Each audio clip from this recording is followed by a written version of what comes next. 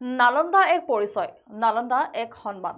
গ্ৰন্থ জ্বলিব পাৰে কিন্তু জ্ঞান ধ্বংস হ'ব নোৱাৰে। নালন্দাৰ নতুন চৌহদত এই মন্তব্য প্ৰধানমন্ত্ৰী নৰেন্দ্ৰ মোদীৰ। বিশ্বৰ ঐতিহ্য সম্পন্ন নালন্দা বিশ্ববিদ্যালয়ৰ নতুন চৌহদ উদ্বোধন। বিশ্ববিদ্যালয়খনৰ নতুন চৌহদ মুকলি প্ৰধানমন্ত্ৰী নৰেন্দ্ৰ মোদীৰ। বিশ্ববিদ্যালয়খনত সংযোজন কেইবাটাও নতুন দিশ। বিশ্ববিদ্যালয়খনৰ পুৰণি চৌহদ পৰিদৰ্শন কৰে প্ৰধানমন্ত্ৰী নৰেন্দ্ৰ মোদীয়ে। বিশ্বৰ কেইবাগৰাকীও পণ্ডিতে ইয়াৰ পৰাই লাভ কৰিছিল শিক্ষা। বিশ্ববিদ্যালয়খনৰ চৌহদত ৰোপণ কৰা হয় গছপুলি। আৰু যিহেতুকে নালন্দা বিশ্ববিদ্যালয়ৰ নতুন চৌহদ মুকলি কৰিছে ইতিমধ্যে প্ৰধানমন্ত্ৰী নৰেন্দ্ৰ মোদীয়ে। আৰু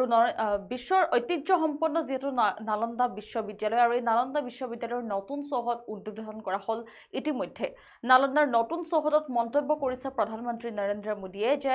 নালন্দা এক পৰিচয়, নালন্দা এক সন্মান। গ্ৰন্থ জ্বলিব পাৰে কিন্তু জ্ঞান ধ্বংস হ'ব নোৱাৰে। আচলতে নালন্দাক যদি আমি এক পৰিচয় বুলি কওঁ সেয়াও হয়তো আধৰুৱা হৈ ৰ'ব, যিহেতুকে নালন্দা বিশ্ববিদ্যালয় এক আমাৰ আৱেগ, এক সন্মান। এখন গ্ৰন্থ জ্বলিব পাৰে কিন্তু সেই গ্ৰন্থখনৰ যি জ্ঞান, সেই জ্ঞান কোনোদিনে ধ্বংস হ'ব নোৱাৰে। আৰু এই বিশ্ববিদ্যালয়খনৰ নতুন চৌহদ যিহেতুকে মুকলি কৰিছে আজি প্ৰধানমন্ত্ৰী নৰেন্দ্ৰ মোদীয়ে, আৰু বিশ্ববিদ্যালয়খনত কেইবাটাও নতুন দিশ সংযোজন কৰিছে। আৰু নালন্দা বিশ্ববিদ্যালয়ৰ পুৰণি চৌহদ পৰিদৰ্শন কৰিছে প্ৰধানমন্ত্ৰী নৰেন্দ্ৰ মোদীয়ে। বিশ্বৰ কেইবাগৰাকীও পণ্ডিতে যিহেতু এইখন বিশ্ববিদ্যালয়ৰ পৰাই লাভ কৰিছিল শিক্ষা, আৰু বৰ্তমান যিহেতু নতুন চৌহদ মুকলি কৰিছে প্ৰধানমন্ত্ৰী নৰেন্দ্ৰ মোদীয়ে, এই নতুন বিশ্ববিদ্যালয়খনত নালন্দা বিশ্ববিদ্যালয়ৰ চৌহদত গছপুলি ৰোপণ কৰা হয়। আৰু যি নালন্দা বিশ্ববিদ্যালয়ৰ ইতিহাস, এই ইতিহাস সম্পৰ্কে সবিস্তাৰে জনাব জ্যোতিস্মিতা। আৰু জ্যোতিস্মিতা, আমি পোনে পোনে আপোনাৰ কাষলৈ আহিছোঁ। নালন্দা বিশ্ববিদ্যালয়ৰ যি ইতিহাস, এই সন্দৰ্ভত আপুনি সবিস্তাৰে কি জনাব? হয় কাস্মিতা, যেহেতু আজি প্ৰধানমন্ত্ৰী নৰেন্দ্ৰ মোদীয়ে যি পুৰণি নালন্দা বিশ্ববিদ্যালয় আছে সেই নালন্দা বিশ্ববিদ্যালয়ৰ চৌহদ ইতিমধ্যে পৰিদৰ্শন কৰিছে। আৰু চৌহদ পৰিদৰ্শন কৰাৰ পাছতে নালন্দা বিশ্ববিদ্যালয়ৰ যি নতুন কেম্পাছ আছে, অৰ্থাৎ যি নতুন চৌহদ আছে, সেই নতুন চৌহদ কিছু সময় পূৰ্বে উদ্বোধন কৰিছে। আৰু বিশ্বৰ যি ঐতিহ্য বহন কৰি ৰাখিছে সেই নালন্দা বিশ্ববিদ্যালয়, সেই নালন্দা বিশ্ববিদ্যালয়ৰ ইতিমধ্যে এক পুৰণি ইতিহাস আছে, যি ইতিহাসৰ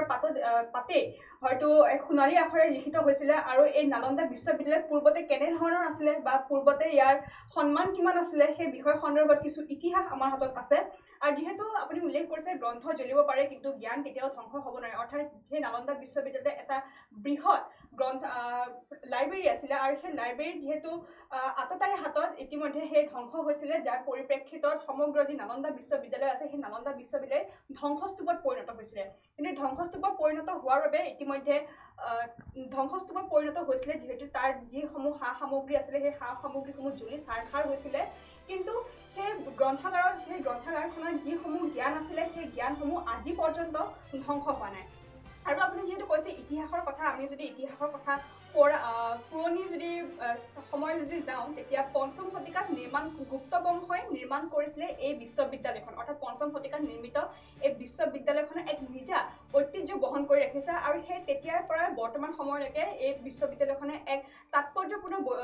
ইতিহাস বৰ্তাই ৰখা দেখিবলৈ পোৱা গৈছে। আৰু প্ৰায় ১৬০০ বছৰীয়া এই বিশ্ববিদ্যালয়খনৰ মাত্ৰ ১০% খনন কৰা হৈছে। আৰু ইয়াৰ উপৰিও ৯০% এতিয়াও মাটিৰ তলত পোত থোৱা আছে বুলি ইতিমধ্যে সদৰি কৰা হৈছে। আৰু এই বিশ্ববিদ্যালয়খন ভেটি স্থাপন কৰিছিল ৫ম শতিকাৰ গুপ্ত বংশৰ প্ৰথম কুমাৰগুপ্তই, অৰ্থাৎ প্ৰথম কুমাৰগুপ্তই এই বিশ্ববিদ্যালয়খন নিৰ্মাণ কৰিছিলে। আৰু ৫ম শতিকাতে, অৰ্থাৎ ৫ম শতিকাতে এই বিশ্ববিদ্যালয়খন নিৰ্মাণ কৰা হৈছিলে। আৰু প্ৰথম অৱস্থাত প্ৰায় ১০,০০০ ছাত্ৰ ছাত্ৰীয়ে ইয়াত অধ্যয়ন কৰিছিলে। আৰু আপুনি যিহেতু উল্লেখ কৰিছে, এই বিশ্ববিদ্যালয়খনৰ পৰাই কেইবাগৰাকীও পণ্ডিতে শিক্ষা লাভ কৰি তেওঁলোকে আহিছিলে। আৰু যিহেতু ইতিহাসতো সেই সোণালী আখৰেৰে লিপিবদ্ধ আছিলে, প্ৰায় প্ৰথম অৱস্থাত, অৰ্থাৎ এই বিশ্ববিদ্যালয়খন যেতিয়া নিৰ্মাণ হৈছিলে ৫ম শতিকাত, যিহেতু গুপ্ত বংশই বিশ্ববিদ্যালয়খন নিৰ্মাণ কৰিছিলে, সেই ৫ম শতিকাতে সেই প্ৰথম অৱস্থাত ১০,০০০ ছাত্ৰ ছাত্ৰীয়ে ইয়াত, অৰ্থাৎ সেই নালন্দা বিশ্ববিদ্যালয়খনত অধ্যয়ন কৰিছিলে। আৰু ১৫০০ শিক্ষকে তাত শিক্ষা প্ৰদান কৰিছিলে, অৰ্থাৎ ১৫০০ শিক্ষক আছিলে প্ৰথম পৰ্যায়ৰ সেই বিশ্ববিদ্যালয়খনত। আৰু সেই প্ৰথম পৰ্যায়তে বিশ্ববিদ্যালয়খন যেতিয়া নিৰ্মাণ কৰা হৈছিলে তেতিয়াই ১০,০০০ ছাত্ৰ ছাত্ৰীয়ে তাত অধ্যয়ন কৰিছিলে। কিন্তু ১১৯৩ চনত ১১৯৩ চনত বখতিয়াৰ খিলজীয়ে এই বিশ্ববিদ্যালয়খন আক্ৰমণ কৰি ধ্বংস কৰি পেলাই, অৰ্থাৎ বখতিয়াৰ খিলজীয়ে এই বিশ্ববিদ্যালয়খন বখতিয়াৰ খিলজীৰ হাতত, আচলতে বখতিয়াৰ খিলজীৰ যিসমূহ সেনানী আছিলে তেওঁলোকৰ হাততে 1193 চনৰ এই বিশ্ববিদ্যালয়খন ধ্বংসস্তূপত পৰিণত হৈছিলে আৰু এই সময়ছোৱাত ইয়াত জুই লগাই দিয়া হৈছিলে অৰ্থাৎ সমগ্ৰ যি নালন্দা বিশ্ববিদ্যালয় আছে সেই নালন্দা বিশ্ববিদ্যালয়খন ধ্বংস কৰি পেলাইছে আৰু সেই বিশ্ববিদ্যালয়খনত জুই লগাই দিয়া হৈছিলে আৰু কোৱা হয় যে সেই সময়ত এই বিশ্ববিদ্যালয়ৰ ইমানেই কিতাপ আছিল যে কেইবা সপ্তাহ ধৰি জুই জ্বলি আছিলে অৰ্থাৎ ইমানেই তাতে গ্ৰন্থৰ ইমানেই যি পৰিভাৰ আছিলে সেই গ্ৰন্থ ইমানেই আছিলে যে তাতে সপ্তাহ ধৰি সেই জুই নিৰ্বাপন হোৱা নাছিলে অৰ্থাৎ যিহেতু আপুনি উল্লেখ কৰিছে গ্ৰন্থ জ্বলিব পাৰে কিন্তু জ্ঞান কেতিয়াও ধ্বংস হ'ব নোৱাৰে অৰ্থাৎ সেই জ্ঞান আজিও বৰ্তাই ৰাখিছে নালন্দা বিশ্ববিদ্যালয় আৰু যিহেতু আজি পুৰণি নালন্দা বিশ্ববিদ্যালয়ৰ যি চৌহদ আছে সেই চৌহদ প্ৰধানমন্ত্ৰীগৰাকীয়ে পৰিদৰ্শন কৰিছে আৰু তাৰ পিছতে এখন বিশাল তেওঁলোকে বৈঠকত তেওঁলোক মিলিত হৈছিলে সেই বৈঠকখনত নালন্দা বিশ্ববিদ্যালয়ৰ ইতিহাস সম্পৰ্কে কেইবাটাও গুৰুত্বপূৰ্ণ মন্তব্য প্ৰকাশ কৰিছিলে প্ৰধানমন্ত্ৰী নৰেন্দ্ৰ মোদীয়ে আৰু ইয়াৰ উপৰিও যেহেতু বক্তিয়াৰ খিলজীয়ে 1193 চনত সেই বিশ্ববিদ্যালয়খন জুই লগাই ধ্বংস কৰি পেলাইছিলে যাৰ পৰিপ্ৰেক্ষিতত সম্পূৰ্ণৰূপে ধ্বংসস্তূপত পৰিণত হৈছিলে সেই নালন্দা বিশ্ববিদ্যালয় আৰু সেই নালন্দা বিশ্ববিদ্যালয় আজি পুনৰ প্ৰাণ পাই উঠিছে প্ৰধানমন্ত্ৰী নৰেন্দ্ৰ মোদীৰ হাতত আৰু ইতিমধ্যে যিহেতু NDA চৰকাৰ গঠন হৈছে NDA চৰকাৰ গঠন হোৱাৰ পিছতে এতিয়া নতুন পদক্ষেপ তেওঁলোকে গ্ৰহণ কৰিছে আৰু পুনৰ জীৱিত হৈ পৰিছে বৰ্তমান নালন্দা বিশ্ববিদ্যালয় আকস্মিতা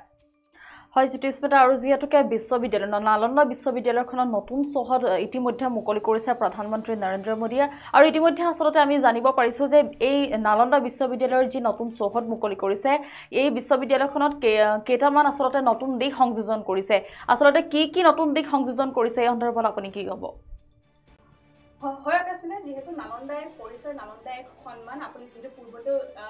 উল্লেখ কৰিছে যিহেতু আৰু ইতিমধ্যে ইতিহাসৰ সাক্ষী আছে নালন্দা বিশ্ববিদ্যালয়ে কি ঐতিহ্য বহন কৰি ৰাখিছে আৰু শেহতীয়াকৈ এই নতুন কেম্পাছটোত কি আছে অৰ্থাৎ আজি যি কেম্পাছ উদ্বোধন কৰিলে প্ৰধানমন্ত্ৰী নৰেন্দ্ৰ মোদীয়ে সেই নতুন কেম্পাছটোত কি দিশ সন্নিৱিষ্ট হৈ আছে আৰু শেহতীয়া তথ্য অনুসৰি ইয়াত দুটা একাডেমিক ব্লক আছে অৰ্থাৎ দুটা একাডেমিক ব্লক ইয়াতে সংযোজন কৰা হৈছে আৰু দুয়োটা ব্লকতে মুঠ 4টা ক্লিয়াৰ ৰুম নিৰ্মাণ কৰা হৈছে আৰু এই ক্লিয়াৰ ৰুমসমূহতে 1900 ছাত্ৰ ছাত্ৰীয়ে একেলগে বহিব পৰাৰ ক্ষমতা ইতিমধ্যে বহন কৰিছে আৰু ইয়াৰ উপৰিও ইয়াত দুটা প্ৰেক্ষাগৃহ নিৰ্মাণ কৰা হৈছে আৰু প্ৰেক্ষাগৃহত মুঠ 300 জন বহাৰ সা সুবিধা প্ৰদান কৰা হৈছে যিহেতু নতুন ৰূপত বৰ্তমান নালন্দা বিশ্ববিদ্যালয় স্থাপন কৰা হৈছে আৰু সেই নতুন ৰূপত এক বহল আকাৰৰ ৰূপত বৰ্তমান সময়ত এই নালন্দা বিশ্ববিদ্যালয়খন নিৰ্মাণ কৰা হৈছে আৰু যিহেতু 40টা ক্লিয়াৰ ৰুম নিৰ্মাণ কৰা হৈছে আৰু সেই ক্লিয়াৰ ৰুমসমূহত 1900 ছাত্ৰ ছাত্ৰী একেলগে বহিব পৰা ক্ষমতা ইতিমধ্যে বজাই ৰাখিছে আৰু ইয়াৰ উপৰিও যিহেতু দুটাকৈ প্ৰেক্ষাগৃহ নিৰ্মাণ কৰা হৈছে সেই দুটাকৈ প্ৰেক্ষাগৃহ নিৰ্মাণ কৰাৰ পিছত সেই প্ৰেক্ষাগৃহত 300 জনৰো অধিক লোক তাতে বহিব পাৰিব বুলি ইতিমধ্যে তথ্য সদৰি কৰা হৈছে আৰু ইয়াৰ উপৰিও এই কেম্পাছৰ পৰিৱেশৰো যত্ন লোৱা হৈছে অৰ্থাৎ যিহেতু আজিৰ উদ্বোধন কৰিছে প্ৰধানমন্ত্ৰী নৰেন্দ্ৰ মোদীয়ে আৰু উদ্বোধনৰ দিনাখনে অৰ্থাৎ আজিৰ দিনটোতে